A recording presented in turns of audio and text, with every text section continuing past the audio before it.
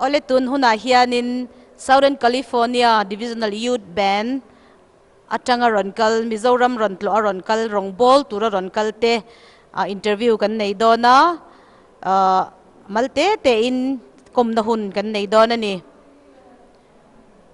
Let me first introduce ourselves. My name is Lieutenant Colonel Vanal Nungi. I'm a communication secretary and also wife of Lieutenant Colonel Zothan Moya. And you know, I think you might have heard about the SecNet. So this time we are going to have a short interview with some of you. And there is a member, a production team member, Dr. Daniel Jiang Nuna. He's a Corps Cadet Guardian in Aizawl Temple Corps and also a SecNet team member. He's a volunteer, not a paid employee. And next to him is, you know, he's my husband, Lieutenant Colonel Zothan Moya, Secretary for Program Administration, and he's the chairman of this SecNet production team. And also, you know very well, Captain Nalrin Puya, TYS, he's also a member. And a man wearing a red shirt, he's also a member. He is a politician. David M. Thangliana. I'm a politician, as the colonel has said. I am currently appointed as a secretary of the media department of the ruling party here. So I don't think there's no, anyone opposing a politician being ministering the good news. So I think this is a bit different from what you would have experienced, but it's a good experience for me also. We have two paid technician, videographer, and he's one of them. His name is Denis Lanunciama. He's from ITI Corps, and unfortunately the other technician, he's in hospital now. I request you to pray for him as well. So let me first ask Lieutenant Colonel Kyle Smith. Okay, we have heard that you have been to Mizoram in Aizawl in the year 2004, 12 years ago.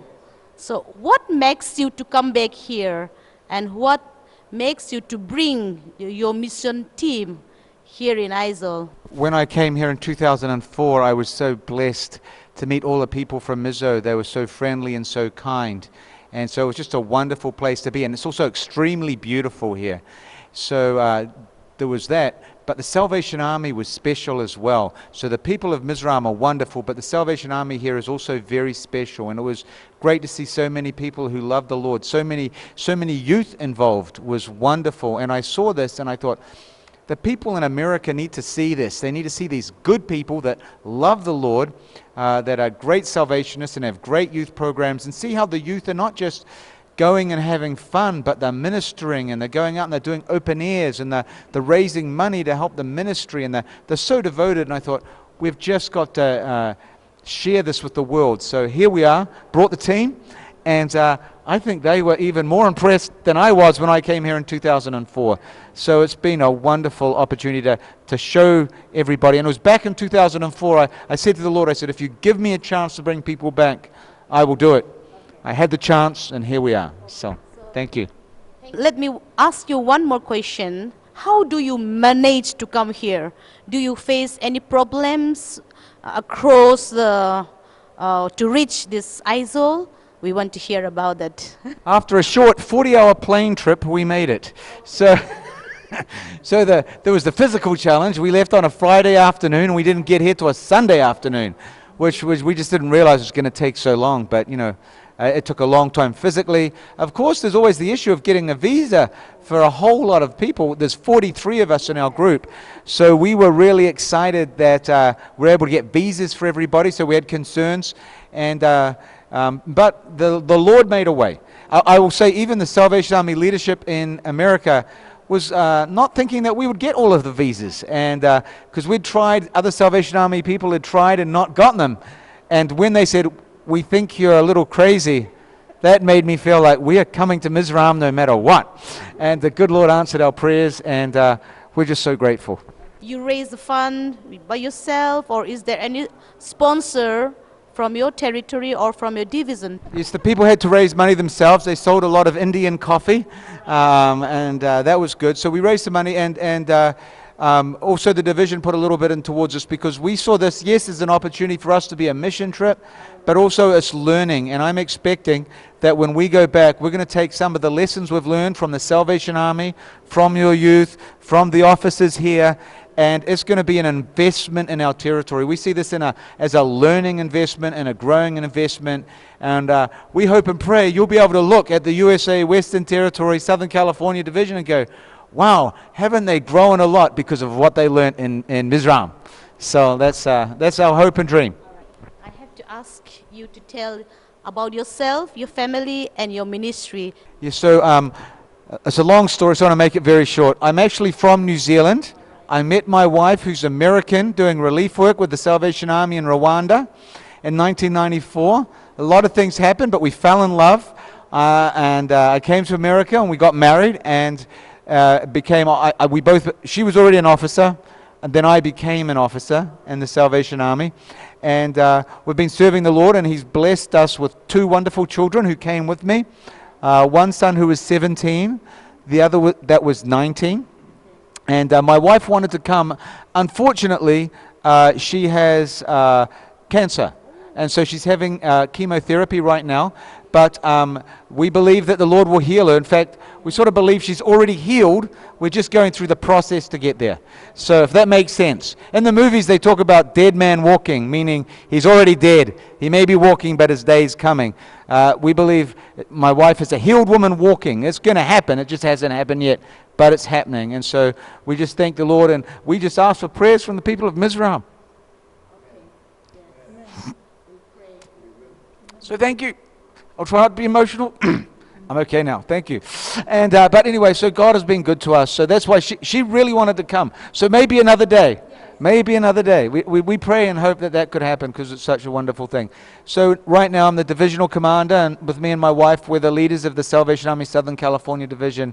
Probably, other than the Mizoram, probably the best division in the world. Thank you very much for sharing about yourself, your family, and we'll definitely pray for your wife, and we will see the miracle of the Lord. The Lord will heal her. So I'd like to ask the bandmaster. I've just read an article in the UK Salvationist written by General Larson. I know his son is sitting here, but I'd like to address the question to the bandmaster. He was talking about the fact that whether there is too much music in the Salvation Army. Are we doing too much giving too much stress on the Salvation Army music, the brass band and all, and are we losing our sort of contact with the rest of the people? But he goes on to say that this is not the case, that people still want more music for the Salvation Army. So my question is, what do you think is the future of the Salvation Army music? In which direction it should be going? Salvation Army music should never ever die. The Salvation Army is synonymous with good music making. Nearby my home, I was born in England, and the very first brass band was started in a place called Salisbury, which is just 30 miles from my home. And that's William Booth started that. He started music. He wanted that to draw people's attention. And that's what we do. We're just trying to engage people, draw their attention. Brass bands are very relevant still in the Salvation Army. When we hold summer camps, that's still probably the biggest option that people want to do. They still want to be in brass bands. Of course, there's room for more contemporary worship. But I'm a great believer, and I quote it so many times about Psalm 150, where it tells us, praise the Lord with almost whatever you can get hold of, with the timbre and the drum, and so that's just expanded to the guitar and the bass and everything else. So no, Salvation Army music is synonymous and a very, very vital part of us attracting people and spreading the gospel. As you can see, I'm the co-cadet guardian from my lapels. I'd like to address the DYS. I want to ask him, are there any Corps cadets, I mean, those who have completed Corps cadets among your team, and are there Corps cadet bands, specifically Corps cadet bands, or a lot of Corps cadets are in the YP band? Yes, so within our band, we do have quite a few folk who have gone through Corps Cadets. Some of them are currently in Corps Cadets, and we get to grade their papers as they come in. It's an enormous blessing, but also a lot of work, as you know, goes into being a Corps Cadet and going through the program. And so we've seen the difficulty in what Corps Cadets is in Southern California, but we continue to press on to hope that we can continue to grow our leaders, grow our local young people, so that they can continue to lead and be a big part of what our Salvation Army is. Within the band, we have a lot of Corps Cadets in our band, but we don't specifically have any bands of Corps Cadets. So that sounds like a good idea, though. Maybe we need to figure that out. My last question, I think, can be answered by anybody, or I think amongst yourself. We are from the Salvation Army Communication Network, and we are all volunteers, I mean myself and David, and very interested in the communication network of the Salvation Army. I have done some programs, I mean postgraduate degrees in communication, mass communication. So I have this interest in spreading the gospel through the SACNet and also spreading the spirit of salvationism. I'd like to ask you, what is your territory or your division doing in the communication department? What kind of activities they have? Well, within our territory, we have something called Saven TV, and that was, have you heard of Saven? Yeah, they were quite prominent at the International Congress, and that was started, it was to be the new open air. I don't know, in the States, or certainly when I grew up in England as a young bandsman, I was doing 3 open airs every Sunday, and we were kind of marching down the street, and then for whatever reason, maybe it was just difficulty getting permits, or just people didn't think it was being, that such good use of time, that just seemed to dissipate. And the commissioner at the time, Commissioner Nag, saw this vision of being the new open air. And I mean, we can reach billions of people. And I think there's a way that we can empower young people, with producing some of these little videos, and it's so easy to share these little videos around the world, and it's an incredible those impact can have. And yes, we've got Saven TV that spends hundreds of thousands of dollars on this to make it an incredible production, but it doesn't have to be like that. I think Gary was at a call when they were asked to make these little movies. Was this on Monday night? Mm-hmm. And he was saying how great that was, and I think it's without, with very little resources, we can make these little kind of movies that can be very powerful and showing across Facebook and all these different avenues in the social media. And I think it's certainly something that we need to be pushing, and it's going to be the way forward. I would just add that the multimedia, all of the different channels, the social media, the traditional television is extremely important. And you're so blessed to be able to do this show. And it's something you don't ever want to lose, and to keep, using this as a great avenue of sharing Christ and the Salvation Army and salvationism, and how it can transform and change lives and make the world a better place. I truly believe that.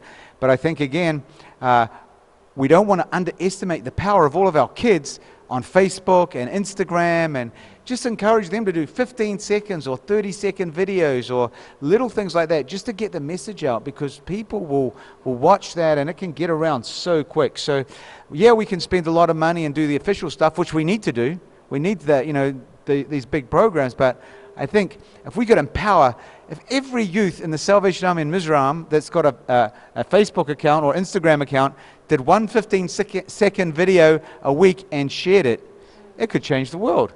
And the same for Southern California. Maybe we all need to get onto this. But it's a wonderful avenue, and we need to keep working on it and never stop. Our young people here in Mizoram, they have very little chance for better education.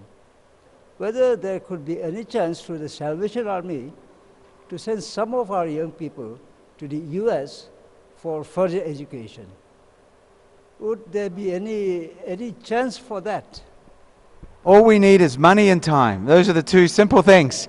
And they seem to be difficult to come across everywhere you are in the world, no matter what. I would say it's a wonderful idea. Uh, Somehow, if Mizoram could get connected with some of the universities in America offer scholarships, and there's a lot of donors that donate a lot of money to the universities to educate people, and also around the world. And I'm not sure. I mean, we can start looking from a Salvation Army perspective and trying to reach out through our advisory boards and see if we can find something. But it's not an easy thing because education in the U.S. is so expensive. I can't even begin to explain how expensive it is. It's every parent's worry. How am I going to get my kids educated?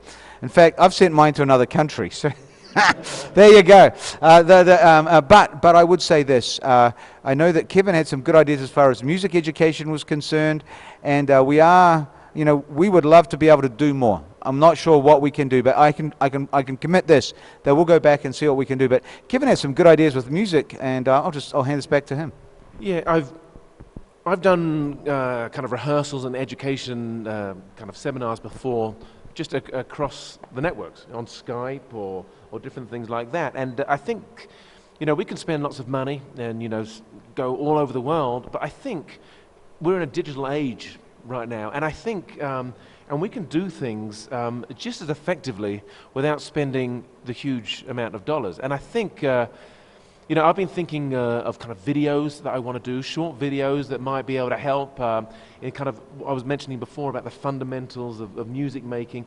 And I think things like that can have a real impact on a tremendous amount of territories around the world that we'd have to have work together with some of the translation and things like that. But I think if I just kind of put my mind to it and asked a few of my friends, I think we'd be able to put together something that would, have quite an impact. And then who knows what that would lead on to, some further education as well. And, we talk about education in the States being very expensive.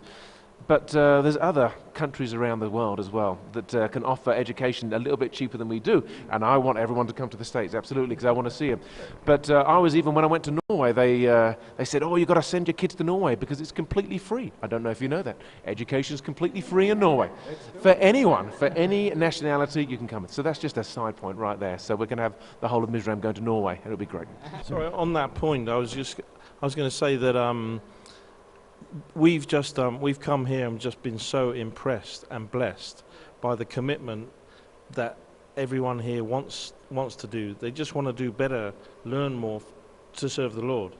And whilst we sit around, we've only been here a week, we can't possibly have any or all of the answers. But like the more influential guys amongst us, we'll certainly go away and think about how we possibly can help. So I'm going to jump back to another question as well. When we were talking about the future of the music in the army, and they're all tremendous points. But the other side is, forget the music side of it. I mean, I think we talk about small groups often in the Salvation Army in the States. I don't know if that's kind of translated here. But I have to say that the music groups have to be one of the best small groups that we have in the Salvation Army as well. It's the fellowship that we have together. And I know, and I certainly know people that are still in the army today because of the music. And, when they go through struggles in life, it's the fellowship of those other Salvationists going through the same struggles, but it's just building that team together. And I think that is such a huge part of music making in the Salvation Army that we should never forget. And if we lose that for any way, I don't know how we'd replicate that if it wasn't music. We have some great programs, but music seems to be very special in that way. Kevin Larson, we know your father, General John Larson. We know he was the general, the 17th general of the Salvation Army during 2002 to 2006, if I'm not mistaken. Am I right? Okay. We know that your father is a writer, a composer of Christian songs and hymns, and we love his songs like They Need Christ. It's very, very popular among us. And then His Love Remains the Same, and How Much More, and many others. And we also love his books, Doctrine Without Tears, The Man Perfectly Filled with the Spirit, Spiritual Breakthrough, How Your Core Can Grow, 1929, Inside a High Council. We really love his books. And then we also heard that you are a song composer too, like your father. So could you please tell us how many songs you have composed so far? And also we heard about legacy. Could you please tell us a little bit about your musical legacy, please? Yes, we do. Well, I do come from a very musical family, and it was my father along with John Gowans back in the 60s. They were asked to write a musical. Now, they didn't know each other at all. So this is the first musical. That's actually what brought them together, and they were kind of best friends ever since then. And they had a huge impact. And if you ask him now, even throughout all the stuff that he's done, even the books that he's written and the general and stuff, he would still say that the musicals were probably the biggest impact that he's had. And, you know, that started me on my musical journey as well. And I went off to university to study music. And there wasn't too much going on for a career-wise in Salvation Army music in England. It's like here, it's you know, very much kind of volunteer-based. But I was given the opportunity to come out to the USA about 20 years ago. And then I was just so blessed to have so many opportunities that I wouldn't have had otherwise. And people put a lot of faith in me earlier on, and it was still a learning process for me. And then I guess fortunately just a few years ago things clicked, and I was able to write a little bit of music that has been you know, used around the world. And I know I was completely blessed for that to be happened. It's, you know, I don't take that lightly. And then we had the first musical production that we did Spirit, one of my father's original ones. We did it in Spanish, and we called it Espiritu, and we just. Yes, and we had a great time doing that, and we used, well, the Southern California is we've got a huge Latino community there, and they often feel kind of they're left out a little bit, certainly in the musical side. So we put this musical on, and we had a tremendous time, and that got us thinking about other opportunities. And since then, we've written another 3 musicals. One was Spirit 2, which is actually the continuation of Paul's journeys from Spirit. And then we were very fortunate and blessed to be asked to write a musical for the International Congress. And that was entitled Covenant. And we performed that at the O2 Theatre in London 7 times, I believe it was. And that was oh, you saw that? Oh, great. And that was a tremendous experience. And yeah, we loved it. And then just this last, well, summer, just a couple of months ago, we wrote another one called Legacy. And that was an incredible story of how a ministry was started in the US Western Territory for the Laotian community. Again, everything just seemed to click, and I believe it had a real impact. And what's amazing to me is that we've heard different stories of, because it's all about refugee communities, and we've heard a story now about people seeing the need of a refugee community, of starting ministries there already through the musical. So, I mean, that's the goal in the end, you know, to have these impacts. So, you ask how many songs I've written. Well, I really don't know, and I would say no. Yeah, it's because a musical has so many, you know, and it's probably over 100. I'm imagining, and you know, it's probably 50 or 60 of those are published in different publications. So. Yeah, and I meant what I said. Now, you weren't involved in this meeting, but I'm sure there's some wonderful stories from this territory. And for me, a musical is a way that just brings everybody together, because you can bring in so many different parts. It's not just music, but it's just so many different elements that you can put together. And I'm certainly willing to make my next musical about a story from here in Mizoram, and I would love for that to be kind of performed here first. I think Kevin just wants to come back and he's trying to find a good excuse, but I think it would be wonderful. Just a few questions. You just have given a musical training orientation to our songsters and interact with them. So what is your appraisal of a songster member? One of the things that Colonel Smith said before when he was telling us we were coming here is just how beautifully everybody sings.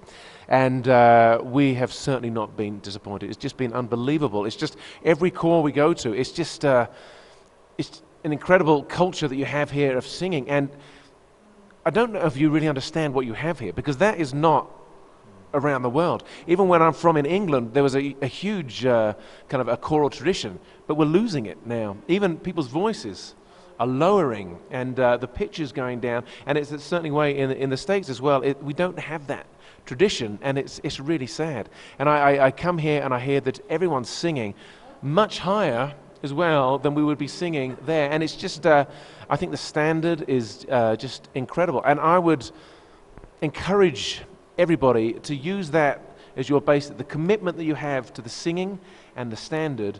Use that, and then take everything else from that. Like in England, it was the brass band, and they worked really hard at the brass band, and they made it really good. And it's from that the training that they received and the commitment levels that they needed to do that, they could use other things. In Southern California, our best praise and worship teams are all from the corps that have traditional music groups like that, because they understand that it's the training, the commitment, the rehearsal time. It's not just showing up on a Sunday morning and say strumming a few chords together. They understand it's far more than that. So use what you have in that choral tradition, and then kind of build up all the other musical groups as well, because you have something very special. Gary again. So you have also interacted with the bandsmen and you played with them. So do you see potential for them to improve, or what would you say is lacking in our bandsmen here? I have to say, we just had such a great time, and I'd like to think that the fruits of the work they put in very, very few hours was heard at Bethlehem Corps. The music I chose was one of Kevin's composition, and that wasn't the most straightforward composition. There's many bands have struggled for weeks and months to play that. So for them to achieve what they achieved, it was very interesting speaking to some of the guys over dinner, and I was curious to know, firstly, I wasn't sure what was required of me in that sort of seminar, but I was very interested to know if they gained anything from it. And the answers, the things they gained from it were very, very basic things, like dynamics and tuning and accents and things that we just take for granted here. And just alluding to what Kevin said, it's when you start at the beginning and you learn properly, then they're just second nature. If you don't start at the very beginning quite correctly, it's hard to correct as you get older. But no, we had a great time, and I just thought they were fabulous. They're fantastic. Salini, so what is your impression about the visits to this Mizoram? One, the people have this spirit of joy. They exude Christ through their actions, through their commitment, their love for the Lord. Secondly, they sing like angels. When they sing, the power of God just exudes through them, and the Holy Spirit just fills up the room. It's literally like angels singing. It's heavenly. And thirdly, I think of God being our creator when I step onto this land. The beautiful trees, the beautiful nature. I see God everywhere. The nature, the people, and of course the Salvation Army. So it's been such a blessing to be here. We know that you have a very lovely voice, and especially in Bethlehem, you sang very melodiously. So thank you very much. And lastly, let me ask DYS, do you have any message to leave for our youngsters in Mizoram? There's lots of messages that we could share, right? But we've got only a little bit of time. Really, start well. If you can start well with your relationship with Christ, if you can start well with your family and loving your family and showing that same love. I mean, we talk about the basics, and that's really where it all starts, is knowing who loves you, and knowing that your family is important, but also knowing that that family includes God's family, and that He loves us all very much, and just to share that same love with the people around us. Okay, thank you very much for giving us your time. We really appreciate your visit, and we hope that your visits to this Mizoram will bring good impact and it is already a blessing to us. And also, we pray that you also will take back what you have learned from this Mizoram. Thank you very much. May God bless you. May God continue to use you in your future ministry. Thank you very much. Thank you all.